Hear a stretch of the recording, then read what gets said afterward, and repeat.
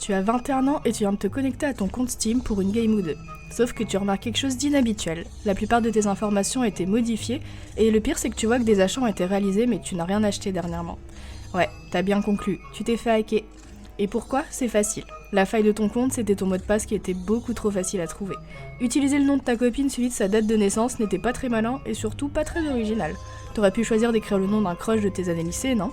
Aujourd'hui, parmi les mots de passe les plus répandus, 36% sont composés de prénoms. Et encore, on ne te parle pas des fameux 1, 2, 3, 4, 5, MDP ou encore AZERTY qui ne sécurisent en aucun cas ton compte. Mais t'inquiète pas, car aujourd'hui c'est ton jour de chance.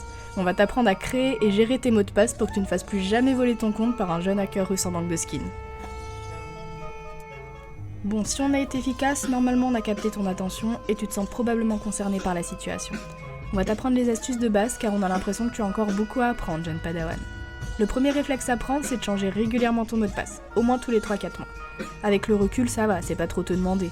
Avec cette méthode, si jamais tu as la mauvaise manie de te connecter avec ton compte Netflix sur les PC de l'UIT pour mater la dernière saison de la Casa del Papel pendant les cours, et en plus d'oublier de te déconnecter, bah personne pourra profiter de mater sa série sur ton compte. On peut te donner d'autres petites astuces aussi, comme ne jamais utiliser le même mot de passe sur tous tes comptes. C'est la porte ouverte à ce que ton identité et ta carte bleue soient vendues sur le dark web. Et si jamais t'as des petits soucis de mémoire, n'hésite pas à noter tous tes mots de passe sur un carnet, y a rien de plus safe qu'un mot écrit sur du papier. Enfin, l'une des plus grosses erreurs que tu fais, c'est avoir un mot de passe simple. N'hésite pas à faire un mot de passe de 8 à 12 caractères qui comprend à la fois des minuscules, des majuscules, des chiffres, des caractères spéciaux tels que des points d'exclamation ou des arrobases. Petit tips aussi, et pas des moindres, prends une expression, une citation ou même une comptine que tu aimes bien et écris-la avec des caractères spéciaux. Regarde un exemple concret de notre carole nationale lors du cours sur WordPress. Si, j'en suis sûre tu t'en souviens. Ça c'est du bon mot de passe corsé qui use de leur forme ou sonorité pour former une petite phrase complexe mais qui a du sens pour toi. Si tu suis tous ces conseils mais que tu doutes encore de ton mot de passe, tu peux aller vérifier sa complexité sur Nothing to Hide, où un logiciel calcule automatiquement le temps moyen qu'il faudrait pour craquer ton mot de passe, et c'est plutôt amusant. En tout cas, tout ça va déjà te protéger des hackers qui utilisent l'ingénierie sociale, ou social engineering si t'es un petit peu bilingue.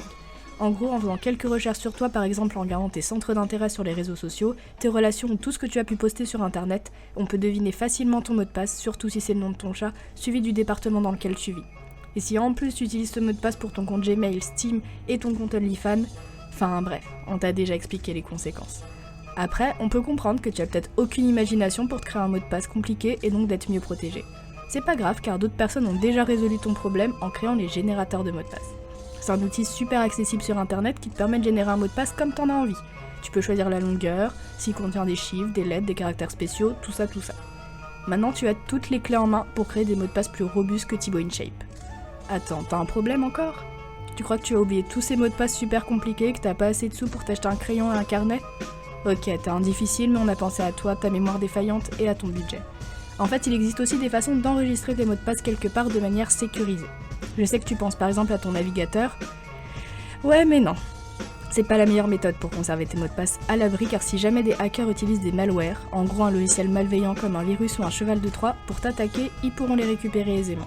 Et plus simplement, imaginons que ton voisin de classe mal intentionné te demande de t'emprunter ton PC pour checker un truc rapidement, s'il te plaît, t'es un frère. Bah, il pourra accéder très facilement à tous les mots de passe que tu as enregistrés. Enfin bref, ce qu'on te conseille dans un premier temps, c'est de t'entourer de meilleures personnes, et dans un second temps, d'utiliser d'autres outils pour stocker tes mots de passe. C'est maintenant que c'est intéressant, car on va te parler des gestionnaires de mots de passe.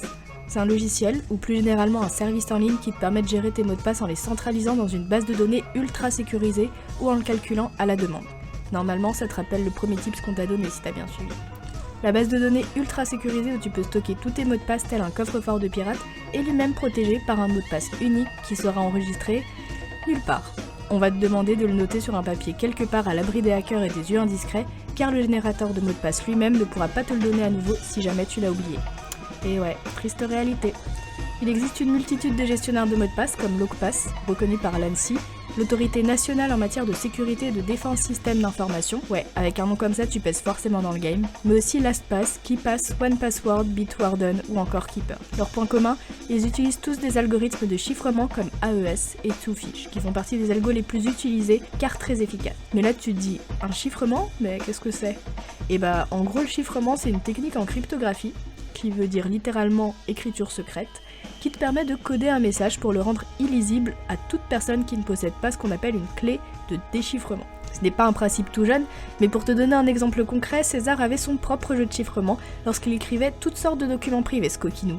Le principe de son chiffrement était de se référer à l'ordre des lettres de l'alphabet et de les décaler. Par exemple, si A égale F, ça veut dire qu'on décale de 6 lettres à chaque fois, et c'est la clé de chiffrement de son code. Bon, je crois qu'on a fait le tour. Grâce à tous ces outils, tu sais à présent dompter la sécurité de tes mots de passe. Si tu veux tout savoir, un mot de passe reste malgré tout faillible s'il existe des failles de sécurité sur les plateformes que tu utilises. Depuis quelques années, il est recommandé d'avoir recours à l'authentification à facteurs multiples, dite MFA, ou à l'authentification double facteur, dite 2FA, quand il n'y a que 2 facteurs. Lorsque tu rentres ton identifiant et ton mot de passe pour te connecter à ton compte Steam, la plateforme peut t'envoyer un code unique par SMS, utilisable pendant une période limitée, afin de s'authentifier à nouveau et donc être sûr que c'est bien toi qui te connectes. Bien sûr, pense toujours à mettre à jour ton numéro de téléphone sur tes comptes et à garder ton téléphone sur toi dans le cas où tu utilises cette méthode.